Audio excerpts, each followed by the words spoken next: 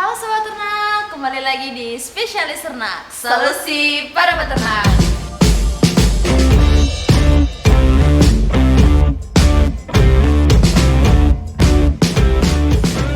Gimana nih kabar teman-teman semua? Baik-baik aja kan? Oke Sobat Ternak, di episode dulu. Benar, kita kenalan dulu, lupa siapa nih. Kita masih ditemani seperti biasa, masih ditemani dengan Kak Cantik Lutfia. Gimana nih Kak Cantik kabarnya? Alhamdulillah kabarnya harus tetap semangat. Tetap semangat ya. Gimana Kak? nih kabar Kak Laras? Tetap semangat juga nih. Alhamdulillah. Oke Kak Cantik, untuk hari ini kita akan membahas tentang pengendalian lalat di peternakan, tentunya di unggas ya. Kita cerita sedikit karena kenapa sih kita mengambil tema ini? Karena kemarin kan kita lagi kunjungan ke kandang ayam petelur. Nah di sana itu cukup banyak ya Kak, cukup banyak lalat di sana gitu Kak. Jadi emang waktu kita ke sana nih kondisinya memang banyak banget ya, di sana lalat, di sini lalat, di mana-mana ada lalat. Oke, jadi memang lalat ini menjadi masalah tersendiri ya bagi peternak dan di sini tuh paling dikeluhkan lah oleh para peternak. Dan saat kita kunjungan kemarin, waktu kita ngobrol-ngobrol sama peternaknya, ternyata memang ada waktu-waktu tertentu kenapa lalat ini datang ke kandang kayak gitu. Karena memang kondisi saat ini memang hujan, curah hujannya tinggi, musim hujan ini kan berarti mengakibatkan kelembapan yang tinggi juga kayak gitu. Jadi memang kondisinya memang basah ya di sana. Dan ini juga bisa mengundang lalat ini datang ke peternakan. Selain itu juga banyaknya pakan yang tercecer kayak gitu, dan juga pakan ini udah kena air. Kalau kena air minum ini kan berarti basah. Kalau basah ini juga mengundang lalat ini datang ke peternakan. Kayak gitu ya. Benar-benar. Jadi sebenarnya kalau efek serbuan lalat ini itu terhadap si ayam itu ada sih nggak Kak? Kan biasanya kan banyak lalat itu ada efeknya nggak sih sebenarnya? Oke. Kalau kita bahas efek ini pasti ada efeknya dan ini sangat mengganggu. Kita aja sebagai manusia adanya lalat aja sangat terganggu ya. Apalagi pasti yang ayam merasakan pasti juga akan terganggu. Apalagi kalau lalat-lalat ini berada di tempat pakan. Ini bisa ayam ini ini ada benda asing. Kalau kayak gitu kan dia nafsu makannya akan menurun juga kalau ada lalat.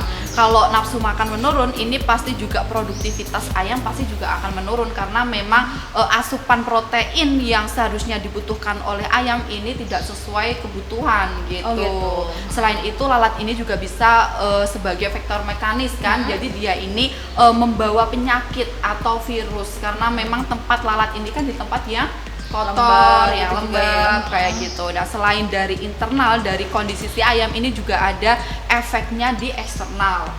Jadi efek eksternal ini di mana, yaitu di lingkungan. Dia mencemari lingkungan. Mencemari lingkungan. Jadi kalau populasi si lalat ini banyak di peternakan, ini pasti dia juga akan mencemari di pemukiman warga. Benar-benar sih. Kalau sudah di warga masih kan, wah ini banyak lalat ini ya. Kenapa ini masih dari si ini nih. Ya, benar. Jadi di sini kan akan meretakkan keharmonisan ya kayak. Bukan rumah tangga, tapi tetangga nih ya, bukan rumah tangga, tetangga ya dia gara-gara si lalat bener banget. Jadi di sini juga bisa menimbulkan keretakan keharmonisan, dan apalagi kalau kayak gini bisa adanya demo ya. Wah ini kalau ditakutkan tuh itu ya Kak. Kalau ditakutkan kayak gitu. Jadi memang efeknya ini banyak banget. Bener ya. Gitu. Lebih tepatnya ada internal dan eksternal. Eksternalnya keharmonisan bukan berumah tangga, sesama tangga nih ya Kak. Jadi penting banget juga kalau memilih tempat itu jauh dari pemukiman itu. Makanya penting banget. Itu kayaknya kita pernah bahas itu ya. Tolong lihat deh di video-video kita sebelumnya ya. Jadi di podcast sebelumnya kayaknya sudah ada. Oke Kak, kalau si lalat ini kan akan hilang sendiri suatu saat nanti, apa kita harus ada perlakuan khusus biar lalatnya itu hilang nih Kak? Jadi memang dari peternak sendiri lalat ini pasti akan pergi gitu. Pergi kemana ini? Ya, bukan ke lain hati sih. Bukan ke lain hati. Bukan. Jadi si lalat ini pasti akan pergi dengan waktunya gitu kan. Tapi di sini kan karena adanya lalat ini kan produktivitas menurun ya. Bener. Kan peternak tidak mau dong ya udah lalat ini pasti juga akan pergi. Kalau peternak kayak gitu kan pasti produktivitas akan tetap menurun gitu. Benar-benar. Dan peternak pasti juga akan rugi nantinya. Jadi di sini pasti peternak punya upaya sendiri supaya lalat ini pergi. Benar-benar kayak gitu. Karena memang lalat ini perlu diketahui bahwa lalat ini tuh cepat sekali untuk berkembang biak Gitu ya. Jadi cepat sekali berkembang biak dengan memang jumlah yang banyak gitu. Lalu di mana sih dia berkembang biak? Wah, di mana ini? Gimana ini ya? Jadi lalat ini dia berkembang biak memang di tempat yang kotor. Misalnya di mana di kotoran, di Benar sih, feses. benar. Kan biasanya kalau dia yang petelur kan kotorannya di bawah tuh. Bener sih. Kita lihat kemarin kan sampai menumpuk Ya, kayak menumpuk gitu. sih kayaknya. Dan waktu kita ngobrol dikit sama peternaknya, memang dia membersihkannya itu ketika setelah afkir. Oh gitu. Baru dibersihkan kayak gitu. Jadi dia tuh tempat berkembang biaknya memang di tempat yang kotor seperti itu. Terus selain itu takutnya juga dia kalau menempel di pakan, di air minum kan takutnya dia juga berkembang biak di selain di tempat itu gitu loh Kak, seperti itu sih. Gitu Kak. Jadi untuk gimana cara yang dilakukan untuk menghambat lalatnya biar nggak datang, ini harus gimana? Kita ada perlakuan khusus nggak sih, Jadi Kak? di sini ada perlakuan khusus. Jadi memang yang pertama di sini peternak harus mengontrol manajemen. Jadi di sini memang harus ada upaya yang memang harus dilakukan supaya si perkembangbiakan lalat ini terhambat. Yang pertama, peternak pasti harus membersihkan tempat di mana lalat ini berkembang biak. Gitu. Yaitu tadi di feses, di Feses kotoran. tadi ya. Jadi peternak ini harus membersihkannya ya sebaiknya seminggu sekali lah ya. Tapi memang ada peternak yang memang membersihkan fesesnya ini setelah masa afkir kayak gitu. Karena memang sekalian ya kayak gitu.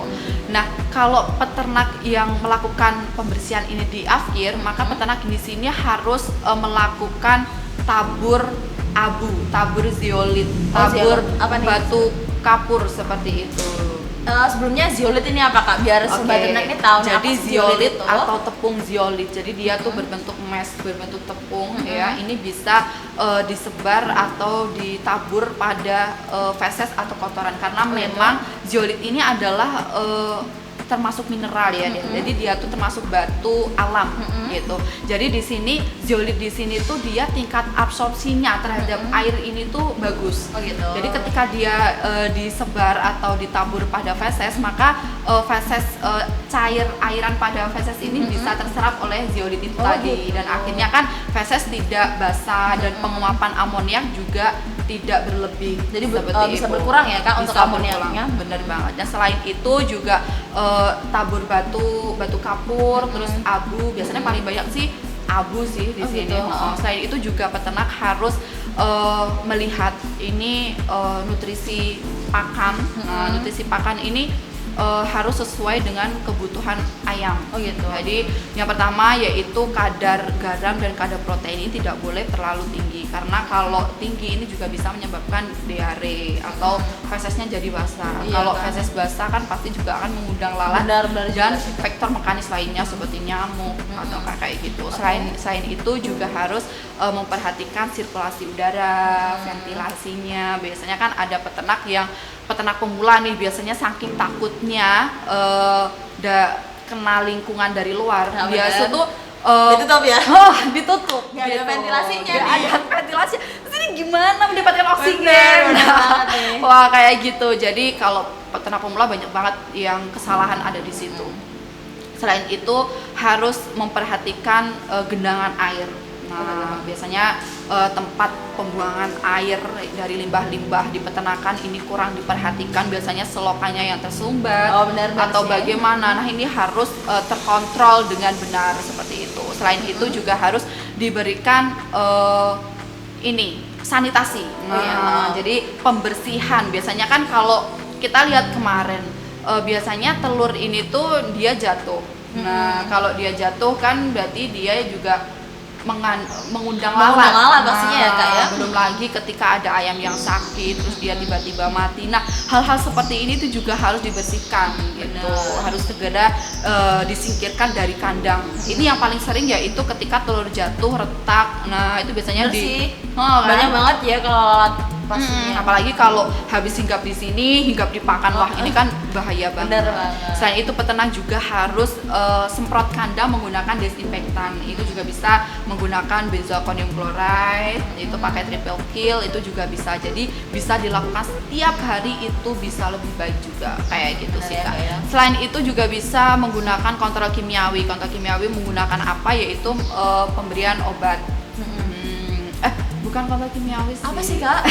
Salah ya apa nih? Bukan. Jadi memang di sini kontrol untuk memberikan obat. Nah, memberikan gitu. obat, bener sih kimiawi ya. Bener Kalau sih ya obat. kan kimiawi obat Oke, juga. jadi bener. benar. Berarti selain kontrol manajemen juga kontrol kimiawi, yaitu memberikan obat pembasmi lalat. Ini banyak banget sih di Bener pasaran sih.